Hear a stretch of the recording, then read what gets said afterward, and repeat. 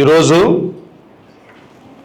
దేవుని యొక్క వాక్యాన్ని వినడానికి మీరందరూ కూడి వచ్చినందుకు మీకు దేవుని నామములో వందనాలు తెలియజేస్తున్నాను. యోహాను సువార్త 6వ అధ్యాయము 66 నుంచి 67 వచనాల్లో ఉన్నటువంటి వాక్య భాగాన్ని మనం చదువుకున్నాం. So that is the Bible scripture for today. యోహాను సువార్త 6వ అధ్యాయము 66 నుంచి 67 వచనాల్లో ఉన్నటువంటి వాక్య భాగాన్ని మనం చదువుకుందాం. ప్రసంగంలో మనం తెలుసుకోవాల్సినటువంటి అంశం ఏంటంటే ఈరోజు యోహాను సువార్త 6వ అధ్యాయము 67వ వచనాన్ని మనం చదువుకుందాం. కాబట్టి యేసు మీరు కూడా వెళ్ళిపోవాలని ఉన్నారా అని 12 మందిని అడుగగా, మనందరూ తెలుసు దేవుని యొక్క వాక్యంలో అనేక మందిని ఏర్పాటు చేసుకున్నాడు. ఒకసారి 70 మందిని పంపాడు, ఇంకో పర్యాయంలో మరికొంతమందిని పంపాడు, మరికొంతమంది మేము కూడా మీతో పాటు వస్తామన్నారు. అందరూ పోగా చివరికి మిగిలిన వాళ్ళు ఎంతమంది అంటే 12 మంది. ఇది మనం చాలా లోతుగా ఆలోచించాల్సిన విషయం. కొన్నిసార్లు మన కుటుంబాల్లో కూడా ఈ పరిస్థితులు ఎదురవుతాయి. ఇవాళ మనం చాలా సోషల్ మీడియాలో, న్యూస్ ఛానల్స్లో మనం చూస్తున్నాం. పిల్లలు ఒక వయసుకు వచ్చే వరకు తల్లిదండ్రుల యొక్క అడుగుజాడల్లో ఉంటూ అమ్మ నువ్వే నా ప్రాణం, నాన్న నువ్వే నా ప్రాణం అని చెప్పి వాళ్ళు ఒక వయసుకు వచ్చిన తర్వాత తల్లిదండ్రులు విడిచిపెట్టేసి టీ తాగేసి టీ కప్ ఎలా పడేస్తారో అలాగా చూస్తున్నారు తల్లిదండ్రులని వాళ్ళ పిల్లలు. అలాగనే కూరలో కరివేపాకులాగా చేస్తున్నారు పిల్లలు తల్లిదండ్రుల్ని. కూరలో కరివేపాకులాగా అంటే కరివేపాకు చాలా రుచినిస్తుంది. కూర అంతా అయిపోయిన తర్వాత మనం తినేటప్పుడు కొంతమంది కరివేపాకు ఎక్కడో తింటారు, మిగతా వాళ్ళందరూ కరివేపాకుని ఏరేసి ఏం చేస్తారు, పడేస్తారు. అంటే కరివేపాకుతో పని లేదనుకుంటారు, కానీ మళ్ళీ తెల్లవారు అది లేనిది వీళ్ళకి గడవదనే సంగతి చాలామందికి మరి అర్థమవుతూ లేదు, నాకు మాత్రం తెలియదు. యేసుప్రభు వారు చాలా భావోద్వేగముతో అడిగారు, ఆయన మీరు కూడా వెళ్ళిపోవాలనుకుంటున్నారా అని అడిగాడు. ఇది మనం ఈరోజు నేర్చుకోబోయే విషయం. ఎందుకు యేసుప్రభు వారికి పరిస్థితి వచ్చింది? ఏమంటే వాళ్ళ సామాన్య కుటుంబంలో తల్లిదండ్రులకి ఎలాంటి పరిస్థితులు పిల్లల నుంచి ఎదురైనప్పుడు మనం ఎంత బాధపడతామో అంతకంటే ఎక్కువ బాధను అనిపించాడు యేసుప్రభు వారు. చూసారా, కొంతమంది వెళ్ళిపోతున్నారు ఆల్రెడీ. కొంతమంది వెళ్ళిపోతున్నప్పుడు యేసుప్రభు వారు తన శిష్యులను అడిగాడు 12 మందిని, మరి మీ పరిస్థితి ఏంటి? మీరు కూడా నన్ను విడిచిపెట్టి వెళ్ళిపోవాలని ఆలోచిస్తున్నారా అని అడిగాడు. కొన్నిసార్లు మనం తీసుకునే నిర్ణయాలు మనకు బాగానే ఉంటాయి, కానీ దాని పర్యవసానం చాలా తీవ్రంగా ఉంటాయి. We can make decisions very easily, but the consequences are more higher than what we expected. Behind of every decision, there should be a consequence. మీరు నేను మనం తీసుకునే ప్రతి నిర్ణయంతో కూడా దాని యొక్క పర్యవసానాన్ని ఎదుర్కోవాలి. So no one exemption for that consequence. ఏం జరిగింది అక్కడ పొరపాటు? ఏం జరగడం వల్ల వీళ్ళు వెళ్ళిపోవాలనుకున్నారు అనే విషయాన్ని మనం ఒకసారి దేవుని యొక్క వాక్యంలో తెలుసుకుందాం. యేసు ప్రభు వారు ఆయన చేసింది ఏంటంటే సత్యాన్ని, దేవుని యొక్క వాక్యాన్ని ఉన్నది ఉన్నట్టుగా బోధించాడు. ఏమాత్రం కాంప్రమైజ్ అవ్వకుండా, ఎవరికి తల వంచకుండా ఉన్న సత్యాన్ని బోధించాడు. ఇది 3 సువార్తలో రాయబడింది. మత్తయి సువార్త, మార్కు సువార్త, లూకా సువార్త. ఈ 3 సువార్తలో రాయబడింది ఇది. యేసు ప్రభు వారిని శాస్త్రులు, పరిసయ్యులు చాలా గొప్పగా ఆయన మెచ్చుకున్నారు ఒక్కొక్క పర్యాయం. మత్తయి సువార్త 22:16 వాళ్ళు అక్కడ ఏమన్నా చూడండి యేసుప్రభు వారిని, బోధకుడా నీవు సత్యవంతుడు అయి ఉండి దేవుని మార్గము సత్యముగా బోధించుచున్నావనియు నీవు ఎవరిని లక్ష్య పెట్టవనియు మోమాటము లేనివాడు అనియు ఎరుగుదుము. చూసారా ఏమంటున్నారు వీళ్ళు? నీవు యథార్థవంతుడువు, నీవు సత్యవంతుడువు, దేవుని యొక్క వాక్యాన్ని ఉన్నదన్నట్టుగా బోధించేవాడివి, నీకు మొహమాటము లేదు. Because you pay no attention to who they are. దేవుని యొక్క వాక్యాన్ని బోధిస్తున్నప్పుడు గొప్పవాళ్ళు ఉంటారు, పేదవాళ్ళు ఉంటారు. పేదవాళ్ళకు ఒక వాక్యం, గొప్ప వాళ్ళకు ఒక వాక్యం, మిడిల్ క్లాస్ వాళ్ళకు ఒక వాక్యం ఉండదు. దేవుని యొక్క వాక్యం అందరికీ సమానంగానే ఉంటుంది. అది కాబట్టి దేవుని యొక్క వాక్యాన్ని బోధించేటప్పుడు కూర్చున్న వాళ్ళని బట్టి వాక్యం బోధించకూడదు, కూర్చున్నటువంటి వర్గాలను బట్టి వాక్యం బోధించకూడదు. బైబిల్ మాట్లాడిన చోట మేము మాట్లాడదుము, బైబిల్ మౌనముగా ఉన్న చోట మేము మౌనముగా ఉందుము అని ఒక విషయాన్ని మనం గమనిస్తాం. ఎస్పెషల్లీ క్రీస్తు సంఘస్థులు. మనం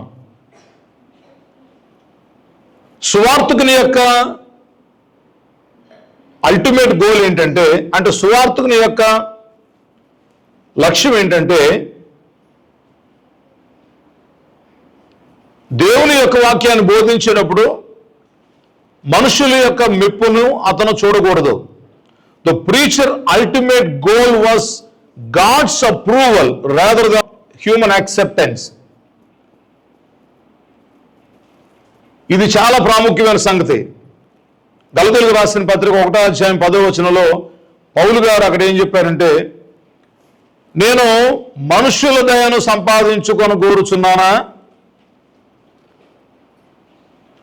ఒకవేళ నేను మనుషుల దయను సంపాదించుకోవాలనుకున్నట్లయితే దేవునికి దాసుడని కాకపోదును. కనుక నేను మనుషుల దయను కాదు నేను కోరుకునేది, నాకు కావలసింది దేవుని దయ. I need the acceptance of God, not the human acceptance. దేవుని యొక్క వాక్యాన్ని బోధిస్తున్నప్పుడు దేవుని సువార్తికుడు he has to seek the acceptance of God, not the approval of human. ఇవాళ మీరు నేను వాక్యం బోధించినప్పుడు భలే చెప్పారంటారు, రేపొద్దున ఏదైనా కొంచెం గట్టిగా తగిలింది అనుకోండి, వాము ఎలా చెప్పిండేంటి అయ్యగారు అంటారు. అర్థమవుతుందా మీకు? కనుక మీరు మెచ్చుకోవాలని ఒకలాగునా, మీరు బాధపడతారని ఇంకొకలాగునా చెప్పేవారిని ఊసరవెల్లి బోధకులు అంటారు. I'm not that kind of person. యోహాను సువార్త 6వ అధ్యాయం 6వ వచనం, ఆయన శిష్యులలో అనేకులు ఈ మాట విని, ఇది కఠినమైన మాట, ఇది ఎవడు వినగలడని చెప్పుకొనిరి. ఇది చాలా కఠినంగా ఉంది. యేసు ప్రభు వారిని అంటున్నారు వీళ్ళు. ఆయన బోధించిన తర్వాత 6వ అధ్యాయం అంతా మీరు గమనిస్తే సమాజ మందిరాల్లో ఆయన బోధించుకుంటూ వచ్చాడు. 5 రొట్టెలు 2 చిన్న చేపలు గొప్ప అద్భుతాన్ని చేశాడు ఆయన, అది చూశారు వీళ్ళు. ఎంతో మందిని బాగు చేశాడు, అది చూశారు వీళ్ళు. ఆయన బోధించిన బోధ, నా శరీరం తిని నా రక్తం త్రాగువాడు నిత్య జీవము గలవాడు, అంచె దినమున వారిని నేను లేపుతాను. ఆయన మాట్లాడింది పునరుద్ధానం గురించి. అది అర్థం కాలేదు. అర్థం కాకుండా వీళ్ళు ఏమన్నారు తెలుసా? ఇది కఠినమైన మాట. ఆయన చెప్పింది చాలా సులువైన మాట, వీళ్ళకి అర్థమైంది కఠినంగా ఉంది. ఎందుకంటే వీళ్ళకి దేవుని పట్ల నమ్మకం కానీ విశ్వాసం కానీ అర్థం చేసుకోగలిగే జ్ఞానం కానీ వీళ్ళకి లేదు. అందుకే నా మాట ఎలా ఉంది? కఠినంగా ఉంది. ఇప్పుడు స్కూల్లో పాఠాలు చెప్తూ ఉంటారు టీచర్స్. స్కూల్లో టీచర్స్ పాఠాలు చెప్తున్నప్పుడు కొంతమంది పిల్లలకు అర్థం అవుతుంది, కొంతమంది పిల్లలకు అర్థం కాదు. ఎందుకో తెలుసా? అది పొరపాటు టీచర్స్ కాదు, టీచర్స్ ప్రాబ్లం ఉంటే అసలు ఎవరికి అర్థం కాకూడదు. క్లాసులో 25 మంది ఉంటే 20 మందికి అర్థం అవుతుంది, 5 మందికి అర్థం కావట్లేదు. జాగ్రత్తగా వినాలి. టీచర్స్ని బ్లేమ్ చేయడం అంటే ఒంటికాల మీద ఇస్తారు పేరెంట్స్. పేరెంట్స్ టీచర్స్ని ప్రశ్నించే ముందు అసలు మీ అబ్బాయికి ఎంత కెపాసిటీ ఉందో చూసుకోండి. ఒక క్లాస్ రూమ్లో 25 మంది పిల్లలు ఉన్నప్పుడు 20 మందికి 25కి 20 వచ్చినప్పుడు మీ అబ్బాయికి 20కి 5 వచ్చినాయి. That is the standards of your son and daughter. మీ అబ్బాయికి ఉన్నటువంటి జ్ఞానం అది. కాబట్టి 25కి 20 వచ్చిన వాళ్ళు 20కి 5 వచ్చిన వాళ్ళని ఏం చేస్తారంటే టీచర్స్ 20కి 5 వచ్చిన వాళ్ళని 25 మార్కుల వరకు తీసుకురావడానికి ప్రయాసపడుతూ ఉంటారు. కనుక అలాంటి టీచర్స్ని మనం అప్రిషియేట్ చేయాలి. యేసు ప్రభు వారు మంచి బోధకుడు. ఎందుకు వీళ్ళు యేసు ప్రభు వారు ఇంత కఠినంగా బోధిస్తున్నారని ఎందుకు అనుకున్నారు తెలుసా? యేసు ప్రభు వారు చెప్పిన మాటలను వీరు శ్రద్ధగా వినకపోగా ఆయన చెప్పిన మాటలను లోబట్టడం లేదు, ఏమైనా పొరపాట్లు ఉంటే సరి చేసుకోవటం లేదు. ఇంత కఠినంగా చెప్తున్నాడు ఏంటి ఆయన, మనకేంటి ఎంతో పని, ఏంటి ఎంతో మనకేం పని, ఎవరితో? యేసు ప్రభు వారితో మనకేం పని? రండి పోదాం. తినేశారుగా 5 రొట్టెలు 2 చేపలు, చిన్న చేపలు బాగానే తిండి. ఒక్కొక్కటి 4-5 చేపలు తినుంటాడు, 6-7 రొట్టెలు తినుంటారు, శుభ్రం తినేశారు. ఇంకెందుకు కడుపు ఎండిపోయిందిగా. మీకు అర్థమవుతుందా? ఇంకా ఫిలిప్ గారితో పని ఏంటి, లేకుంటే మరొక వ్యక్తితో పని ఏంటి? అవసరం తీరిపోయిందిగా. ఎవరినన్నా క్షమించవచ్చు కానీ అవకాశవాదులు మాత్రం మనం క్షమించకూడదు. ఎవరిని? అవకాశవాదుల్ని అస్సలు క్షమించకూడదు.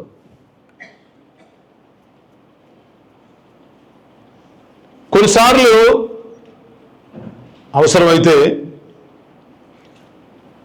దేవుని కొరకు ఒంటరిగా నిలబడవలసినటువంటి పరిస్థితులు ఏర్పడతాయి. దానియేలు గ్రంథంలో మనం చూస్తాం ముగ్గురిని, షడ్రకు, మేషాకు, అబేద్నెగో. వీళ్ళు రాజుకి ఏమాత్రం లోబడలేదు. ఒక ప్రతిమను చేయించాడు నెబుకద్నెజరు. ఒక ప్రతిమను చేయించి ఈ ప్రతిమకు నమస్కారం చేయాలన్నారు. వీళ్ళు మేము ఎట్టి పరిస్థితుల్లో ఈ ప్రతిమకు నమస్కారం చేయమన్నారు. దానియేలు గ్రంథం 3వ అధ్యాయం 18వ వచనంలో వీళ్ళు అంటారు, రాజా నీకు సంజాయిషి ఇచ్చుకోవాల్సిన అవసరం మాకు లేదు. ఈ మండుచున్న వేడిమి గల అగ్నిగుండంలో మమ్మల్ని పడేసినా సరే, ఒకవేళ మా దేవుడు మమ్మల్ని రక్షించకపోయినా సరే, అర్థమైంది మీకు? ఒకవేళ మా దేవుడు మమ్మల్ని రక్షించకపోయినా పర్లేదు, కానీ నీవు నిలబెట్టినటువంటి ప్రతిమకు మాత్రం మేము నమస్కారం చెయ్యం. అంటే దేవుని పట్ల వీళ్ళకున్న నమ్మకం. యేసు ప్రభు వారు బోధించుకుంటూ వచ్చాడు. ఆయన యోహాను సువార్త 6:59 ఆయన కపెర్నహూములో బోధించుచు సమాజ మందిరంలో ఈ మాటలు చెప్పెను. అనేకమైన సంగతులు చెప్పాడు ఆయన. జీవాహారము నేనే అన్నాడు. 51వ వచనం 6వ అధ్యాయము, పరలోకము నుండి దిగి వచ్చిన జీవాహారము నేనే, ఎవడైనను ఈ ఆహారం భుజిస్తేనే వాడు ఎల్లప్పుడూ జీవించును, మరియు నేను ఇచ్చే ఆహారము లోకమునకు జీవము కొరకైన నా శరీరమే అని మీతో నిశ్చయముగా చెప్పుచున్నాను. యేసు ప్రభు వారు తన పునరుద్ధానం గురించి, భవిష్యత్తులో వాళ్ళు చేయబోయే ప్రభురాత్రి భోజనం గురించి ఎన్నో ఆత్మీయ సంగతులను బోధిస్తున్నాడు ఆయన. కానీ ఎప్పుడైతే ఆయన ఈ విషయాలు బోధిస్తున్నాడో సమాజ మందిరంలో వాళ్ళకి అర్థం అవ్వలేదు. ఆయన శిష్యులలో అనేకులు ఈ మాట విని, ఇది కఠినమైన మాట, ఇది ఎవడు వినగలడని చెప్పుకొనిరి. ఎవడు వినగలడు? ఎవడు సంగతి నీకెందుకు, నీ సంగతి చెప్పు ముందు.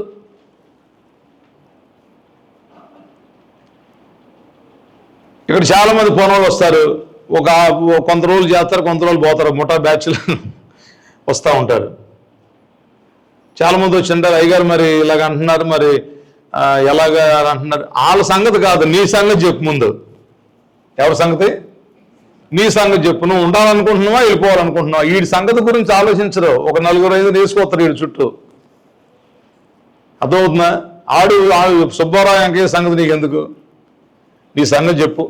ఎవడు వినగలడు అంటే ఇప్పుడు కఠినంగా ఉంది కాబట్టి ఇప్పుడు మీ అందరూ కూడా ఆనందపడే బోధ బోధించాలి. ఎవరు? యేసు ప్రభు. మనం లోకంలో జీవిస్తున్నప్పుడు లోకంలో ఉన్న ఆచారాలని మనం పాటించకూడదు.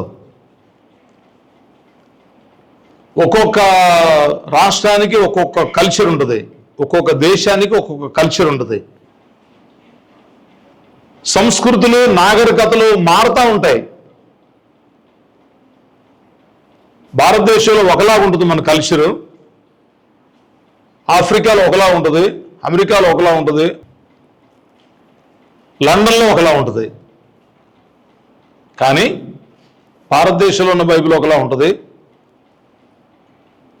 ఆఫ్రికాలో ఉన్న బైబిల్ ఒకలా ఉంటుంది, అమెరికా దేశంలో ఉన్న బైబిల్ ఒకలాగే ఉంటుంది, లండన్లో ఉన్న బైబిల్ కూడా ఒకలాగే ఉంటుంది. ఆచారాలు, సాంప్రదాయాలు, నాగరికత, సంస్కృతులు మారవచ్చు, మారకపోవచ్చు, కానీ బైబిల్ మాత్రం ఎప్పటికీ మారదు. The Bible will never change.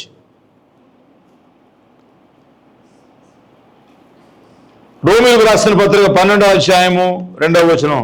కాబట్టి సహోదరులారా, పరిశుద్ధమును దేవునికి అనుకూలమునైన సజీవ యాగముగా మీ శరీరములను ఆయనకు సమర్పించుకొనుడని దేవుని వాత్సల్యమును బట్టి మిమ్మల్ని బ్రతిమాలుకొనుచున్నాను. మీరు ఈలోక మర్యాదను అనుసరింపక ఉత్తమమును అనుకూలమును సంపూర్ణమునై ఉన్న దేవుని చిత్తమేదో పరీక్షించి తెలుసుకున్నట్లు మీ మనస్సు మారి నూతన మొగటు వలన రూపాంతరము పొందుడి. లోకములో ఎన్నో ఆచారాలు ఉంటాయి, లోకములో ఎన్నో పద్ధతులు ఉంటాయి. వాటిని గౌరవించాలో గౌరవించకూడదో వ్యక్తిగతమైన విషయం. అది మీ యొక్క మీరు తీసుకునే నిర్ణయం అది. కాబట్టి మనం ఈ లోకములో ఉన్నటువంటి ఆచారాలను కానీ సాంప్రదాయాలను కానీ లోకంలో ఉన్నటువంటి సంగతులు వీటిని మనం చాలా జాగ్రత్తగా ఆలోచించాలి. ఇశ్రాయేలులందరూ కూడా బబులోను చెరలోకి తీసుకొచ్చినప్పుడు ఈ నలుగురు యవనస్తులను తీసుకొని వస్తాడు ఆయన. ఈ నలుగురు యవనస్తుల్ని దానియేలు, షడ్రకు, మేషాకు, అబేద్నెగోలు. వీళ్ళు అక్కడికి వచ్చిన తర్వాత ఆ ప్రజలు వేరు, ప్రజలు మారిపోయారు,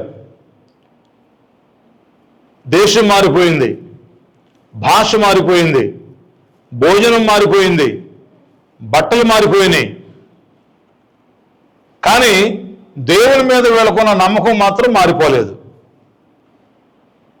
ఏమో చెప్పండి, ఏం మారలేదు? ఏం మారలేదు? చాలా మార్చేశారు కదా. వాళ్ళు ఫుడ్ మార్చేశారు, బట్టలు మార్చారు, భాష మార్చారు, అన్నీ మార్చారు. కానీ ఏం మార్చలేదు? వీళ్ళ నమ్మకాన్ని మార్చలేదు. ఎందుకు? శిష్యుల్లో అనేకులు ఆయన విడిచిపెట్టి వెళ్ళిపోవాలనుకున్నారు. జాగ్రత్తగా వినాలి. యేసు ప్రభు వారి దగ్గర వాళ్ళకి నచ్చంది ఏంటి, లేక యేసు ప్రభు వారు వాళ్ళకు బోధించిన కఠినమైన మాట ఏంటి? ఏమన్నా యేసు ప్రభు వారిని విడిచిపెట్టి వెళ్ళిపోయారంటే, జాగ్రత్తగా వినాలి, యేసు ప్రభు వారిని విడిచిపెట్టి వెళ్ళిపోయారంటే ఆయన అద్భుతాలు, సూచక్రియలు, మహత్కార్యాలు, చనిపోయిన వారు లేపటం, కానా అనే పెండ్లి బిందులో నీళ్లను ద్రాక్షరసంగా మార్చడం, 5 రొట్టెలు 2 చిన్న చేపలు అద్భుతాన్ని చేసి వాళ్ళ కడుపు నింపటం, ఎంత చేసిన ఆయననే ఏంతో మనకేంటి అని వెళ్ళిపోయారంటే గంటా ఫిలిప్ ఎంత ఇంత. కాబట్టి మేము వెళ్ళిపోతామని వెళ్ళిపోయిన వాళ్ళ గురించి ఆయన బాధపడలేదు, అయ్యో అని ఆయన బాధపడలేదు. అలాగనే నేను కూడా బాధపడేది లేదు. ఉండేవాళ్ళు నమ్మకంగా ఉంటారు, పోయేవాళ్ళు సైలెంట్గా పోతూనే ఉంటారు. వీళ్ళు ఏం చేస్తున్నారు? ఇక్కడ చదువుకుంటున్నారు. వీళ్ళు ఏమంటున్నారు? వీళ్ళు ఒకరికొకళ్ళు అంటే ఏంటి ఇలా చెప్తున్నాడు ఏంటైనా? ఏంటో జీవాహారం అంటున్నాడు, పరలోకం నుండి వచ్చిన ఆహారం అంటున్నాడు, నా శరీరం తినాలంటున్నాడు, నా రక్తం త్రాగాలంటున్నాడు. ఇదేంటి? వాళ్ళకి అర్థం అవటం లేదు. యేసు ప్రభువు వారు బోధించే బోధ వాళ్ళకి అర్థం అవటం లేదు. ఏ బోధకుడైనా, ఏ సువార్తికుడైనా బైబిల్లో లేనటువంటి విషయాలను బోధించకూడదు. బైబిల్లో ఉన్నటువంటి వాక్యాన్ని మనం బోధించాలి. ఈ మధ్య దుబాయ్ క్రీస్తు సంఘంలో నేను ఒక 2-3 వారాలు కొన్ని సిరీస్ చెప్పాను వాక్యం. ఆ వాక్యం చెప్పిన తర్వాత కొంతమంది ఇతర దేశస్తులు, కొంతమంది అమెరికా నుంచి వచ్చిన వాళ్ళు, కొంతమంది లండన్ నుంచి వచ్చిన వాళ్ళు గుడి మానేశారు. ఎందుకో తెలుసా? నేను వాక్యాన్ని బోధిస్తున్నప్పుడు pagan festivals which are not biblical, అన్ని ఆచారాలు అంటే బైబిల్లో లేనటువంటి సంగతులను బైబిల్లో లేనట్లుగానే మనం బోధించాలి. There are so many pagan festivals people are practicing which are not biblical. బైబిల్లో లేనివి నేను ఎలా బోధించను? మా సంఘానికి వచ్చే వాళ్ళలో ఒక అతను ఉన్నాడు, ఒక ఆఫ్రికా దేశస్థుడు. అతను ఒక ఇతర దేశస్థురాలను ప్రేమించాడు. అది వాళ్ళ తల్లిదండ్రులకు ఇష్టం లేదు. వాళ్ళు ఆ పెళ్లికి దుబాయ్ రాలేదు. నేను అడిగాను అతన్ని, మీ అమ్మకి మీ నాన్నకి ఈ పెళ్లి ఇష్టమా కాదా అని అడిగా. మీ అమ్మకు మీ నాన్నకు ఈ పెళ్లి ఇష్టం లేకపోతే నేను మాత్రం రాను అని చెప్పా. ఇష్టం అని చెప్పాడు. తర్వాత నేను ఎంక్వైరీ చేస్తే వాళ్ళ తల్లిదండ్రులకు అది ఇష్టం లేదు. ఇద్దరు ప్రేమించుకున్నారట, ఏదో డేటింగ్ అట.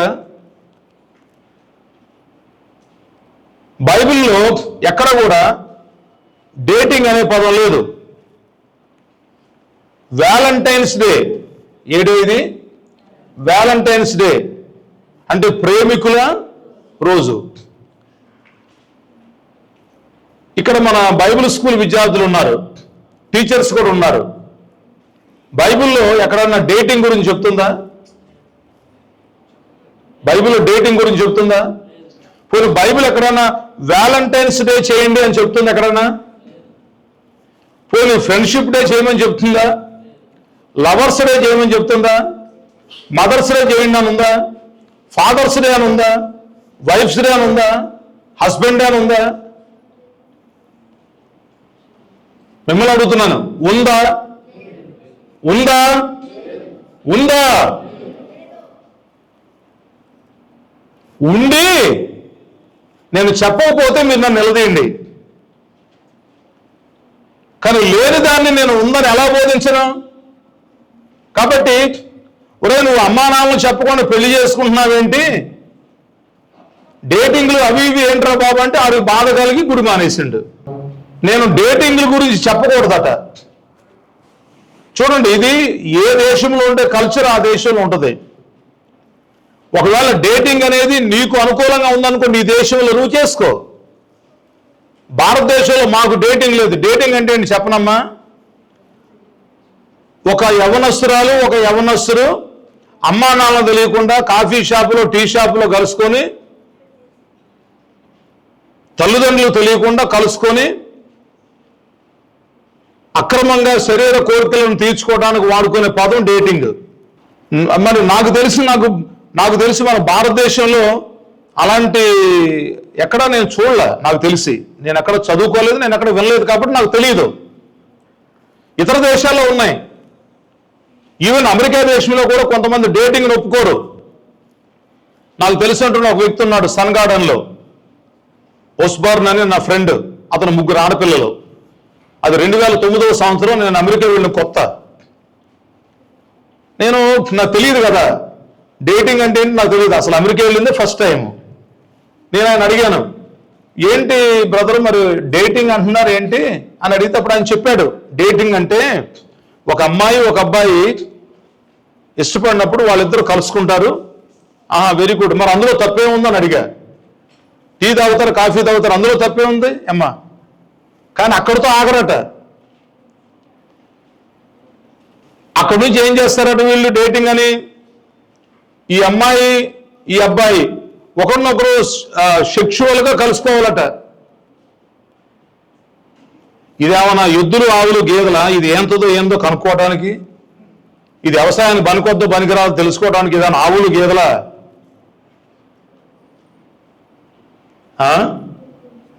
అప్పుడు అర్థమైంది ఊరు డేటింగ్ అంటే ఇదే అని. వాళ్ళిద్దరు కొన్ని రోజులు కలిసి తిరిగిన తర్వాత దాన్ని జారత్వం అంటారు. పెళ్లి కాకుండా స్త్రీ పురుషుడు సెక్షువల్గా శారీరకంగా కలిస్తే దాన్ని ఏమంటాం తెలుసా బైబిల్? జారత్వం. జారులు దేవుని రాజ్యానికి వారసులు కారు. కాబట్టి కాఫీ షాపులకు వెళ్ళటం, టీ తాగటం, ఒకరినొకరు అభిప్రాయాలు తెలుసుకోవడం తప్పు అని చెప్పడం లేదు. కానీ దాని వంకన వీళ్ళు చేసే పాపం భయంకరమైంది. దాని గురించి చెప్తే ఆలుగుడు మానేశారు. ఇంకొకళ్ళు, ఒక అమ్మాయి నలుగురు మనుషులు ఒకే గదిలో ఉంటూ కలిసి పాపం చేస్తున్నారు. ఆలుగుడికి వచ్చారు. ఇలా చేయడం తప్పు మీరు అన్నాను, ఆలుగుడు మానేశారు. నేను పోయి వాళ్ళ కాలు పట్టుకొని తీసుకురానా? బైబిల్లో లేని విషయాలు నేను బోధించను. ఇక్కడ ఒక ప్రాముఖ్యమైన సంగతి మీకు తెలియజేస్తాను. యేసు ప్రభు వారు బోధించిన మాటలు ఎలా ఉన్నాయంటే వీళ్ళకి కఠినంగా ఉన్నాయి, అందుకే వెళ్ళిపోయారు. బోధకులారా జాగ్రత్తగా వినండి. అమ్మయ్య నా గుండె నిండిపోయింది, దేవుని స్తోత్రం హల్లెలూయా అనకండి. గుండె నిండటం కాదు ముఖ్యం. బ్రతుకులు మార్చుకున్న వాళ్ళు, జీవితాలు మార్చుకున్న వాళ్ళు ఉండాలి గుళ్ళో. గంటా ఫిలిప్పు నువ్వు 1000 మందిని తీసుకురాలేదంటే అని అడగ దేవుడు. ఒక్కరు కూడా రావాలంటాయా మీ చర్చాపురైస్ట్ నుంచి అని అడుగుతాడు దేవుడు నన్ను. అది కావాలి మనకి. God is not looking quantity, God is looking quality. ఎన్ని శ్రమలు వచ్చినా దేవుల్లో నిలబడాలి. ఒకసారి ఈ ఫోటో చూడండి. అందులో ఒక చెట్టు ఉంది. ఈ చెట్టు ఎంత బలమైన గాలులు వచ్చినా, జాగ్రత్తగా ఎంత బలమైన గాలులు వచ్చినా ఆ గాలులు వచ్చి ఆ చెట్టును కొట్టిన చెట్టు ఏమైపోయింది? వంగింది. చెట్టు ఏమైపోయింది? వంగింది. ఎంతసేపు ఉంటుంది వంగి? అలాగే ఉండిపోద్దా? ఎంతసేపు ఉంటుందమ్మ వంగి? కొద్దిసేపు ఉంటుంది. మళ్ళీ గాలి ఆపోగానే ఏమైపోద్దా చెట్టు? మరలా యథాస్థానానికి వచ్చేస్తుంది. కనుక ప్రతి వ్యక్తి యొక్క జీవితంలో మనం తెలుసుకోవాల్సింది ఏంటంటే, శ్రమలు వచ్చాయని, ఇబ్బందులు వచ్చాయని, జనాలు విడిచిపెట్టి వెళ్ళిపోతున్నారని, లేకపోతే ఫిలిప్పు గారు బోధించే మాటలు కఠినంగా ఉన్నాయని నన్నేం చేయమంటారు? కఠినంగా ఉంటే నన్నేం చేయమంటారమ్మా?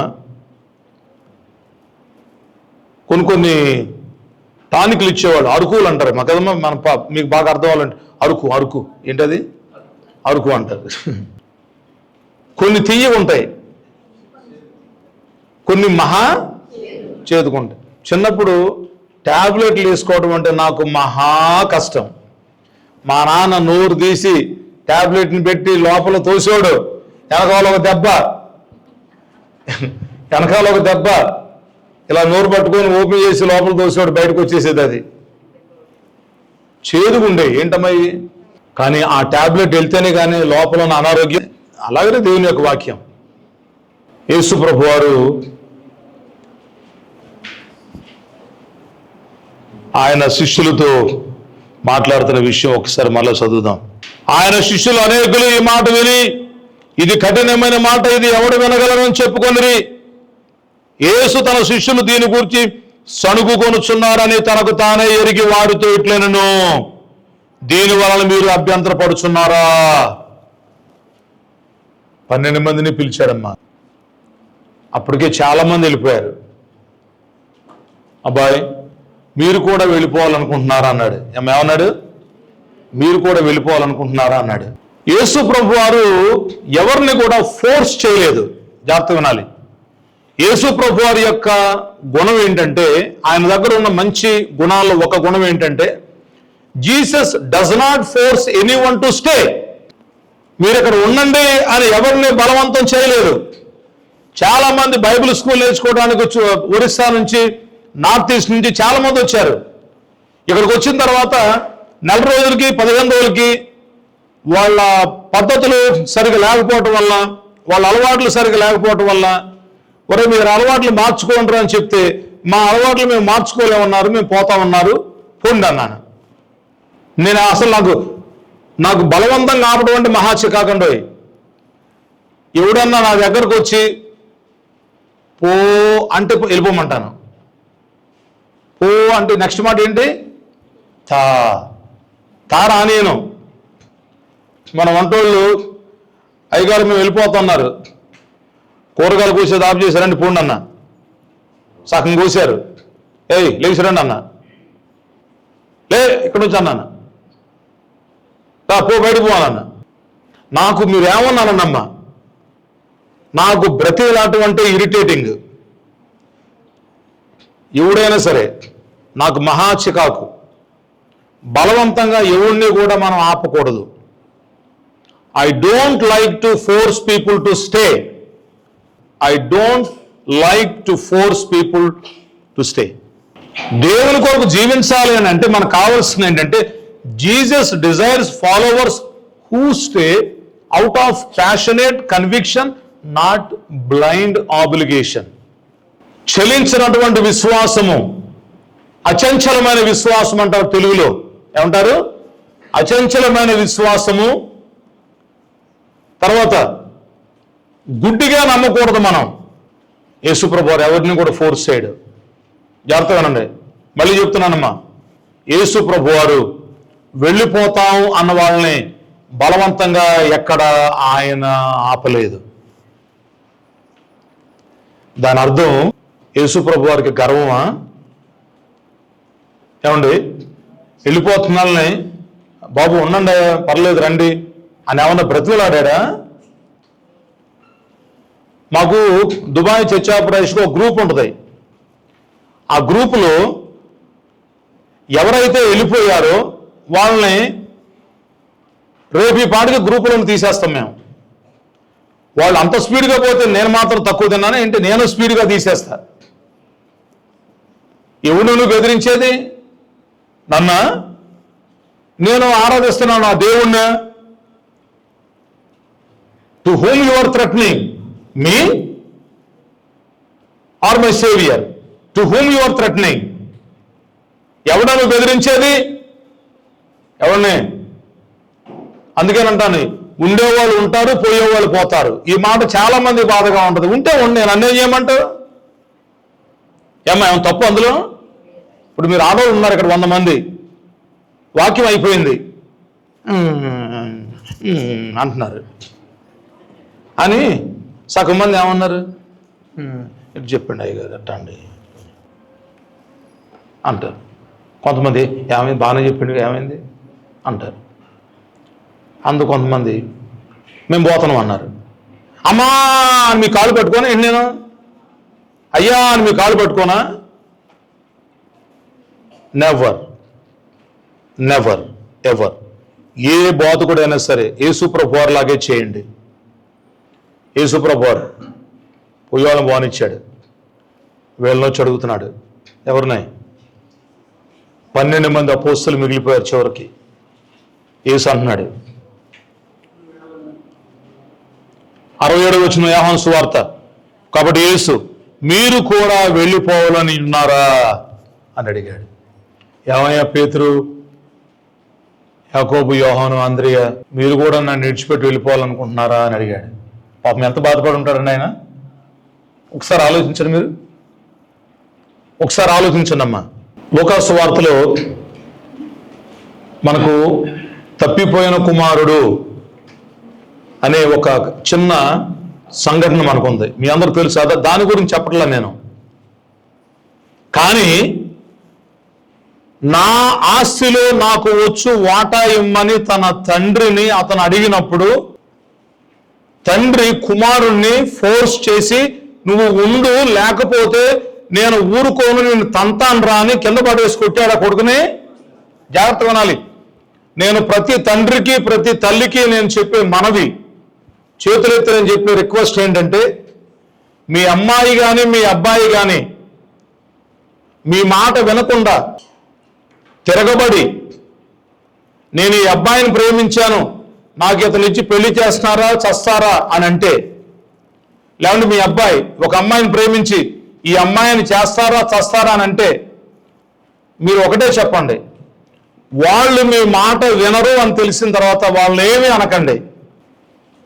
మీ దారి మీరు చూసుకోండి, మా దారి మేము చూసుకుంటామని వాళ్ళని వెళ్ళి వాళ్ళ దారిని వాళ్ళని బ్రతకనివ్వండి, కానీ వాళ్ళకి ఎలాంటి అన్యాయం అపకారం తలపెట్టకండి. ఉంచుకొని నరకయాతన పడే బదులు పంపించేసుకొని వాళ్ళకి ఇష్టానుసారంగా వాళ్ళని జీవించమనండి. ఎందుకంటే వాళ్ళకి ఇష్టమైంది మీకు ఇష్టం లేదు, అంతేనా? వాళ్ళకి నచ్చంది లేక మీకు నచ్చంది, ఇందులో పెద్ద మనం ఇదవ్వాల్సిన పని లేదు. కాకపోతే తల్లిదండ్రులుగా బాధ ఉంటుంది కదా, ఏముండదా? తల్లిదండ్రులుగా బాధ ఉంటుంది, ఎందుకంటే పెంచాం కదా, పిల్లల్ని పెంచాం, చాలా కష్టపడి పెంచాం. తినో తినకో, సైకిల్ మీదనో నడుచుకుంటున్నాం, చాలా కష్టపడి పెంచుకుంటారు పిల్లల్ని. ఫోర్స్ చేయాల్సిన అవసరం లేదు. ఇవాళ పరిస్థితులు ఎలా తయారయ్యాయంటే, పిల్లలు ఏమని అడుగుతున్నారంటే, ఏ కన్నావుగా పెంచలేవా, కన్నావుగా పెంచలేవా, ఎవరున్నాడు కన్నావు? అసలు ఈ సన్నాసుని కంటమే పొరపాటు, మళ్ళీ ఇటు తిరిగి ప్రశ్న వేయటం, ఎవరున్నాడు కన్నావు కదా, మళ్ళీ ప్రశ్నలు వేస్తారు. వీడికి చెప్పు కనాలా? లోకంతో బాగా స్నేహం చేసి, దేవుని యొక్క భయం లేని వాళ్ళతో సహవాసం చేసి, వాళ్ళ యొక్క సలహాలు తీసుకొని జీవితాలు నాశనం చేసుకుంటున్నారు. మళ్ళీ చెప్తున్నాను, పొయ్యేవాడిని బాణమండి, పొయ్యేదాన్ని బాణమండి, తాళ్ళు వేసి లాగి కూర్చోపెట్టకండి, అది మీకే ప్రమాదం, తల్లిదండ్రులుగా మనకే ప్రమాదం. అది నా సలహా. మళ్ళీ ఆవిడ బెదిరించడం, బ్లాక్మెయిల్ చేయటం, నా మాట వినకపోతే మరి పురుగుల మందు తాగుతా, డిమెక్రాన్ తాగుతా, ఆక్రాన్ తాగుతా, ఎందుకు? ఎవడు బెదిరింపులు? ఎందుకు మనం బెదిరించాలి? యేసు ప్రభు వారు ఎక్కడన్నా ఎవరిని బెదిరించారా? మీరు వెళ్ళిపోతే నేను అద్భుతాలు చేయను, ఇక నుంచి మీరు వెళ్ళిపోతే సూచక్రియలు చేయను, మీరు వెళ్ళిపోతే ఇంక 5 రొట్టెలు 2 చిన్న చేపలు లాంటి అద్భుతాలు చేయను అని అన్నారా? తప్పైన కుమారుడు వచ్చి అన్నాడు, ఆస్తిలో నాకు వచ్చు వాటా నాకు ఇమ్మని అడిగాడు, ఇచ్చేశాడు. పేతురు మంచి మాట అన్నాడండి. సీమోను పేతురు, ప్రభువా ఎవని యొద్దకు వెళుదు, నాయన మమ్మల్ని ఎక్కడికి వెళ్ళమంటావు? ఎంత మంచి మాట అన్నది. ఎక్కడికి వెళ్ళమంటావు? కోపం వచ్చి తల్లిదండ్రులు ఏమంటారండి పిల్లల్ని? మా నాన్న మమ్మల్ని కొన్ని 100 సార్లు ఉంటాడు, అరే ఇంట్లో నుంచి పోరా అంటాడు. ఇంట్లో నుంచి పోరా, ఇంట్లో నుంచి పోరా అనగానే వెళ్ళిపోతారా? ఇదిగో మా నాన్న ఇంట్లో నుంచి వెళ్ళిపోమన్నాడు. ఇక అలాగైతే రోజుకి కొన్ని లక్షల వేల మంది తల్లిదండ్రులు రోజు 100 సార్లు అంటారు, అరే ఇంట్లో నుంచి పోరా అని. ఇంట్లో నుంచి పోరా అంటారు. దాని అర్థం ఏంటి? నిజంగా పొమ్మనే? అమ్మ తల్లిదండ్రులు ఏమనకూడదు, నోటి ప్లాస్టర్ వేసుకోవాలి, ఆడికి మోటార్ సైకిల్ కొనేవాలి, ఫీజులు కట్టాలి, బుక్స్ కొనాలి, నోట్సులు కొనాలి, అన్నీ కొనాలి, ఎక్స్కర్షన్లు పంపాలి. ఏమనకూడదమ్మా, స్కూల్ అయిపోతే సాయంకాలం 6ంటికి ఆడపిల్లలు రావాలి ఇంటికి, 8 అయినా రాలా, ఏమనకూడదు. 10ంటికి వచ్చింది, ఏమనకూడదు, ఎక్కడ పోయావని. మరి ఎవరు అడగాలి నిన్ను? మీరు మాకే కదా పుట్టారు, మేమే కదా కనుక్కున్నాం. మాకే పుట్టారా, ఇంకెక్కడో వేరే వాడు పుట్టాడా? మాకేగా. మీకు ఇప్పుడు ఆయనకి 2 ఆడపిల్లలు ఉన్నారు, వెంకటేశ్వరరావు గారికి, ఆయన పుట్టిన పిల్లవాళ్ళు. ఆయన అడగకపోతే నేను అడగనా? తండ్రిగా నీకు రైట్స్ ఉన్నాయి. మా నాన్న ఎప్పుడు ఒక మాట చెప్తాడు నాకు, నీ మాట ఎవరైతే వింటారు అని తెలుస్తుందో వాళ్ళకే చెప్పు. ఇక వాడు కానీ ఆ మనిషి కానీ నీ మాట వినడు అని నీకు తెలిసిన తర్వాత ఇక వాళ్ళకి ఆ మాట చెప్పొద్దు. ఎందుకంటే నీ మర్యాద పోద్దు అన్నాడు, నీ గౌరవం పోద్ది. అంతేగాని మాకు చేతగా కాదు, తల్లిదండ్రులకి చేతగా కాదు పిల్లలకి చెప్పండి. ఇక వాళ్ళు వినే స్టేజ్లో లేరు కాబట్టి కాలమే వాళ్ళకి జవాబు చెప్తుంది. అంతే, ప్రతిదానికి సమయం ఉందని చెప్తుంది బైబిలే. Time will teach a lesson for everyone. Remember, కాలం సమాధానం చెప్తుంది. వీడికి కాలం సమాధానం చెప్పిందే లేదా? ఎవరికి? తప్పైన కుమారుడికి. వెళ్ళిపోయాడు, రకరకాల వ్యాపారాలు చేశాడు. పేతురు ఏమంటాడు చూడండి, నాయనా ఏమన్నాడు? సీమోను పేతురు ఏమన్నాడు? ప్రభువా, ఎవని యొద్దకు వెళుదుము? ఏమో వింటున్నారు జాతర? ఎవని యొద్దకు వెళ్ళదు. కోపం వచ్చి ఒక మాట అన్నారనుకోండి, నేను ఎక్కడికి వెళ్తాను, నేను ఎక్కడికి వెళ్తాను అని అనరు. ఎందుకంటే వీళ్ళు ఆల్రెడీ సెటప్ చేసుకుంటారా. సెటప్ల విషయంలో వాళ్ళ ఆడవాళ్ళు మగపిల్లలు ఈ అంబనస్తులకు ఉన్న సెటప్పింగ్లు మాకెక్కడ ఏడ్చి వచ్చినాయి? అంతా రెడీ చేసుకుంటారు. ఓకే, కాలేజ్ 6ంటికి అయిపోద్ది, కరెక్ట్ బస్ స్టాండ్కి వచ్చాయి 5:45కి, అక్కడ మేము వస్తాం, పూలదండ వేస్తాం, అక్కడ నుంచి రిజిస్టర్ ఆఫీస్కి వెళ్తాం, 2 సాక్షులు ఉన్నాం, వెళ్ళిపోదాం అక్కడికి, ఎక్కడ రిజిస్టర్ ఆఫీస్కి వెళ్ళిపోదాం, తాళి కడదాం, మొత్తం వెళ్ళిపోతారు. ఈ అమ్మాయిని రేప్ చేస్తారు, చంపేస్తారు, వెళ్ళిపోతారు. ఇలా జరగట్లేదా? ఎన్ని చోట్ల లేదు, ఎన్ని వింటలేదు మనం. రీసెంట్గా జరిగింది, మొత్తం స్నేహితులందరూ పెళ్లి చేసి తీసుకెళ్లి అమ్మాయిని పాడు చేసి చంపేశారు.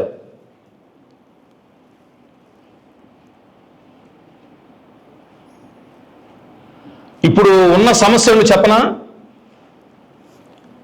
పెళ్లిళ్ళు చేసుకోవడానికి వెనక ముందు ఆడుతున్నారు ఇప్పుడు యవనస్తులు, యవన స్త్రీలు. నిన్న ఈ మధ్యన ఏదో గోషల్ అట, ఏదో ఒక పేరు, ఆల్రెడీ ఇంకొకరిని ప్రేమించింది, ఇంకొక కుర్రాను కూడా ప్రేమించి ఎక్కడికో తీసుకుపోయిందట. అది ఏ ఊరో కానీ నాకు సరిగ్గా గుర్తురాట్లే. ఎక్కడ తీసుకుపోయింది? ఏదో ఒక ఊరు తీసుకెళ్ళిందట. తీసుకెళ్ళి ఆ కొండ మీదకి వెళ్ళి తోసేసిందట. ఏం చేసింది? కొండ మీద తీసుకెళ్ళి తోసేసింది. ఒక మనిషి రొమ్ములో పెట్టి చంపుద్ది, ఇంకో మనిషి కేక్ తీసుకొచ్చి కేకులో విషం పోసి చంపుద్ది. ఇప్పుడు కేక్ తినాలన్నా భయం వేస్తుంది, 7ంటికి వెళ్ళిన స్వీట్ తినాలన్నా భయం వేస్తుంది, ఏం కలుపుతారు ఏంటోనని. దిక్కుమాలిన దౌర్భాగ్యకరమైన రోజుల్లో బతుకుతున్నారు ఇవాళ మనుషులు.